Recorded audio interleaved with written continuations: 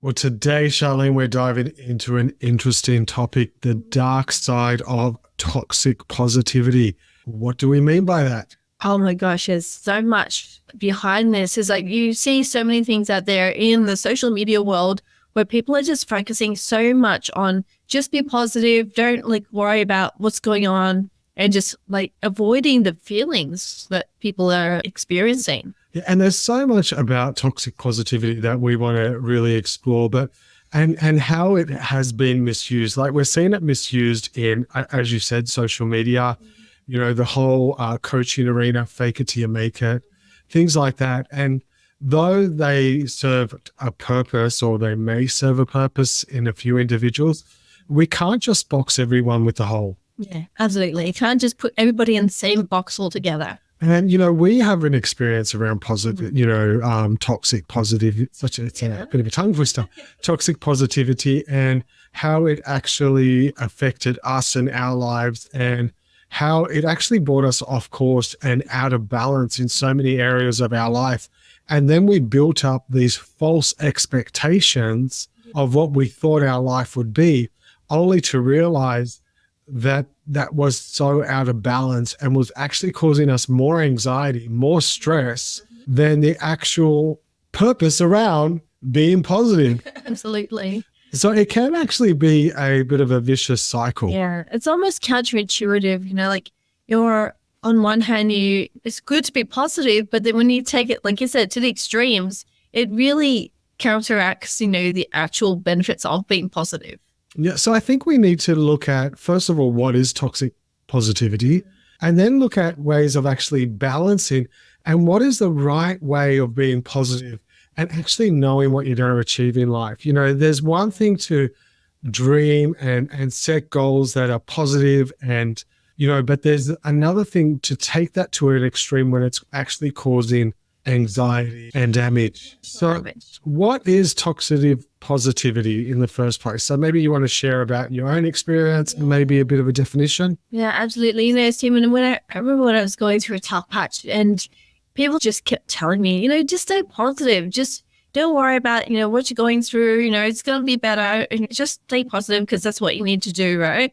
It just made me feel even worse. It made me feel like my feelings were invalid. I would try and like express how I was feeling about something. And I was told, no, you shouldn't feel that way, because it's, you just need to be positive. You just need to think this way. You just need to do that, And it's like, it just made me feel like, am I even heard? Am I even like a person? Yeah, that's so true. And I guess for me, I've used it in the context, and I'm going to say it, and this is going to cause a bit of, head turning and you did eyes rolling, But at one stage we were caught up in the whole law of attraction thing. Do you know what I mean? And we're not saying anything against the law of attraction. We're not saying that it's good or bad. And we're actually going to debunk it a bit later because there is value around our thought processes and thinking positive.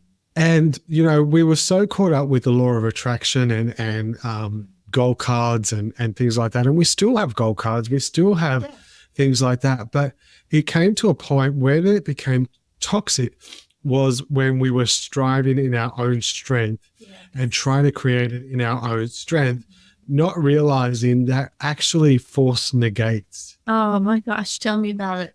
When we force things to happen, it actually repels.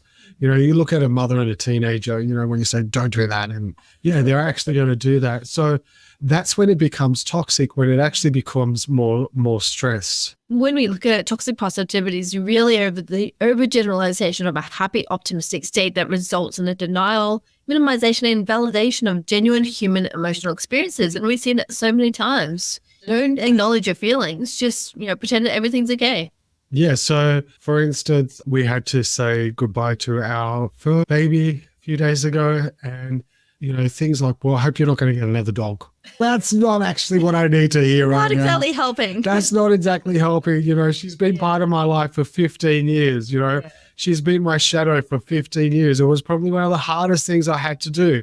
And then one of the comments was, well, you can grieve today, but make sure you're okay tomorrow. I'm like, again, that's not helping me. Yeah, that's not how grief works. Right? That's not how grief works. And again, it's that trying to help you not be in a place where you're not good Or is it that people actually have a fear of not allowing people to be in a place that they're not good?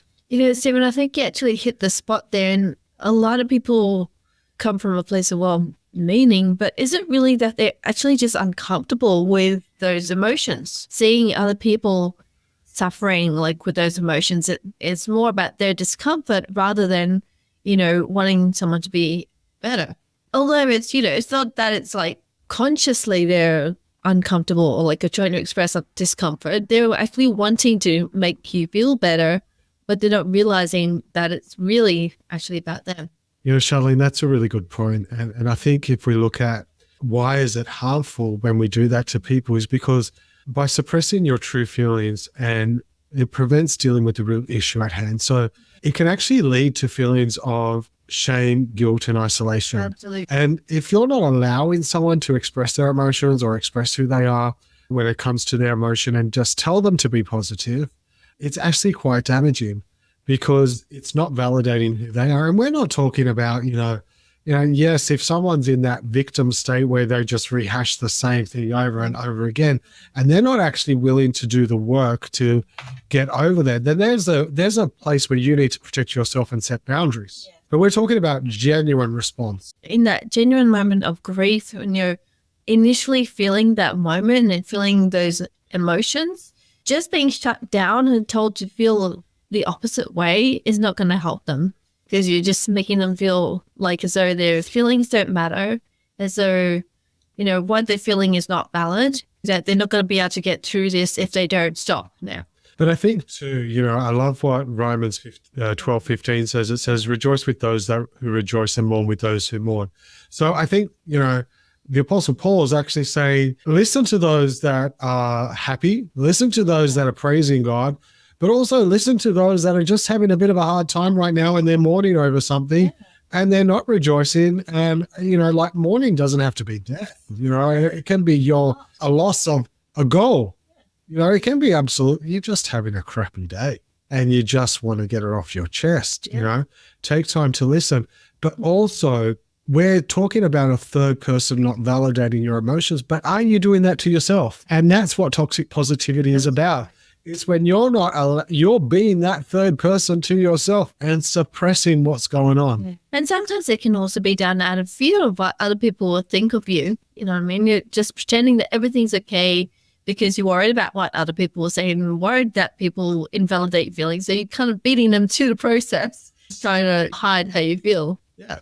And again, I think I've quoted this before, but I love when the centurion spoke to Jesus and said, I believe, but help me with my unbelief. Yeah. So you actually can be positive and have moments of unpositivity and say, God, I trust in you, but help me with my lack of trust. Let's be real, right? Let's be real. I think recognize the difference between a healthy positivity and a toxic positivity. And understand that it's okay sometimes not to be okay. Be real. Be who you are. If I'm feeling really sad and down, it doesn't mean I have to stay there. It doesn't mean just because I express how I'm feeling that I'm going to stay down there the rest of my life. But it's not the case, right? I'm just wanting to have a safe space to express how I'm feeling in the moment and sort of just have a sounding board so I can hear my own thoughts, process, and be able to move forward through that. I love what Susan David said. She said, discomfort is the price of admission to a meaningful life. We've got to get uncomfortable sometimes to be comfortable. One of my friends, when I was going through a tough time at the beginning of the year, said, God turns our messes into messages. And I thought that was so good. So, like Susan David said, discomfort is the price of admission to a meaningful life. It's turned out that research from the University of California, Berkeley, found that suppressing emotions can actually lead to increased stress and negative mental outcomes. Again, it's that cycle I was talking about. We're trying to be positive, we're forcing things to happen, it negates, and we're not in touch with reality. And I think you spoke about it once, Charlene, before in another podcast that, it's like a GPS. You can't go from here to where you want to go if you're projecting that you're something else. Oh, yeah. And I think that's really important. So, Charlene, what are some of the impacts of suppressing our emotions? Some of those impacts have emotional consequences, such as emotional buildup and potential outbursts. think about it this way. It's a bit like a volcano. Like if you keep suppressing those emotions all the time, it doesn't go away. It just keeps building up and building up and building up. And the one person's just going to say one small thing like, oh, hey, how was your day? And then bam, that just overflows and all this emotional vomit comes out on them and they get affected and you get affected and everybody gets affected around you. You know what I mean? Yeah. It can contribute to anxiety, depression, and other mental health issues. Yeah. And again, it's about us suppressing our own emotions, not being in check with, hey, it just is. I have good days, I have bad days. It just is. Let's not bring interpretation to them. Absolutely. Not putting meaning to your feelings. And I think that's really important.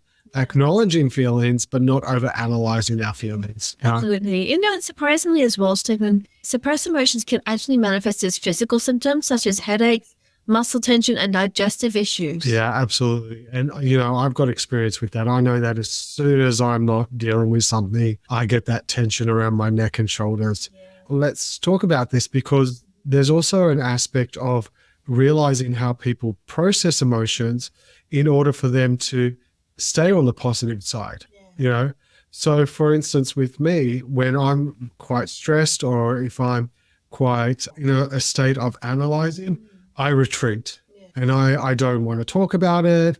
I need time to process, which is a very masculine energy type of thing, like men need that space in their cave to retreat, to process and not talk about it, but then actually come out on the other side. Whereas you're totally different. You'll get paper, texters. Well, I want to talk about it. Pencils, you'll color it, or you do want to talk about it, which is quite good as well. So it's also respecting how people process in order to have that self-love, have that awareness, and then come out of that toxic positivity into a place of real positivity. Yeah, absolutely. And that doesn't mean just because someone usually wants to go into a cave and retreat to process things that they're always going to be that way. Sometimes there'll be times where they need to have someone to talk to, a safe space to express what's going on, or even just process what's going on in their head, not necessarily for the person to talk to them. Do you know what I mean?